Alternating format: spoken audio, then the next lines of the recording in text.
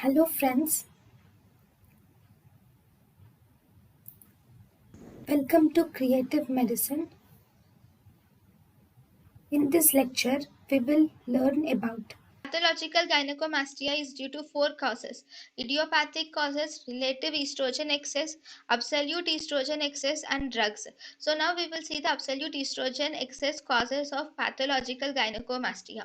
So what are the absolute estrogen excess causes? So absolute estrogen excess means that there is excess or increased estrogen when compared to, not comparison, in truly there is increased estrogen. Testosterone is normal, but there is increased estrogen production.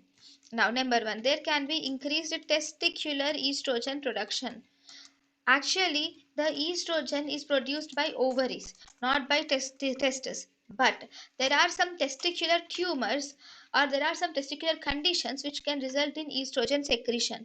Like we have some testicular tumors. The testicular tumors, like we have Leydig cell tumor or Leydig cell tumor, or we have Sertoli cell tumor, and we also have granulosa or theca cell tumor. So Leydig cell tumor, Sertoli cell tumor, and uh, granulosa theca cell tumor, all these will produce increased estrogen. All these will produce estrogen. Now because of production of estrogen, obviously estrogen will be more. Second, there can be some bronchogenic carcinoma. We have bronchogenic carcinoma, and also we have transitional cell carcinoma of the urinary tract.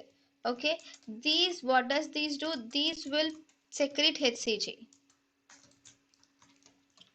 and thus they can also cause absolute estrogen increase. Then we also have true hermaphroditism.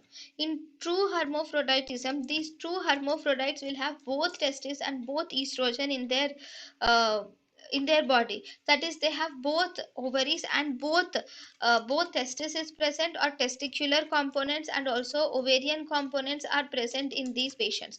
So because of the presence of both testicular and ovarian components, so as a result there is estrogen production is also seen. So these are the increased testicular estrogen secretion, leading to absolute estrogen excess, which again leads to pathological gynecomastia. So now the second cause is there can be increased substrate for aromatization. Actually, estrogen can also be produced from testosterone. Testosterone undergoes aromatization, that is, testosterone in the presence of the enzyme aromatase, this can get converted to estrogen.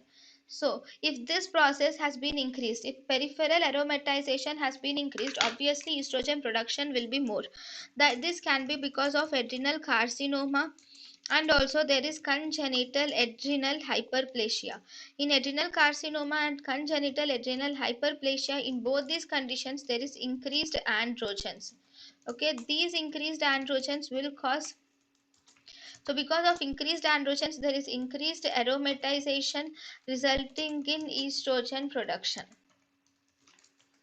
Then second cause is exogenous androgen administration. So if you give androgens from outside, exogenous androgen administration, this can also cause increased aromatization, leading to increased estrogen production. Or there can be cirrhosis. In cirrhosis there is decreased hepatic metabolism or catabolism of the estrogen. Actually estrogen is broken down by the liver. So in cirrhosis there is damage to the liver. As a result, hepatic catabolism or metabolism of estrogen is decreased, so estrogen will be excess. Then we have thyrotoxicosis. Thyrotoxicosis will increase the production by adrenals. Okay, thyrotoxicosis will increase the production of these androgens by the adrenals. So because of aromatization there will be increased estrogen production. Then the final cause is there can be increased in extraglandular aromatization can occur. So because of this extraglandular aromatization also, because of all these causes, there is absolute or increased estrogen excess, which causes pathological gynecomastia.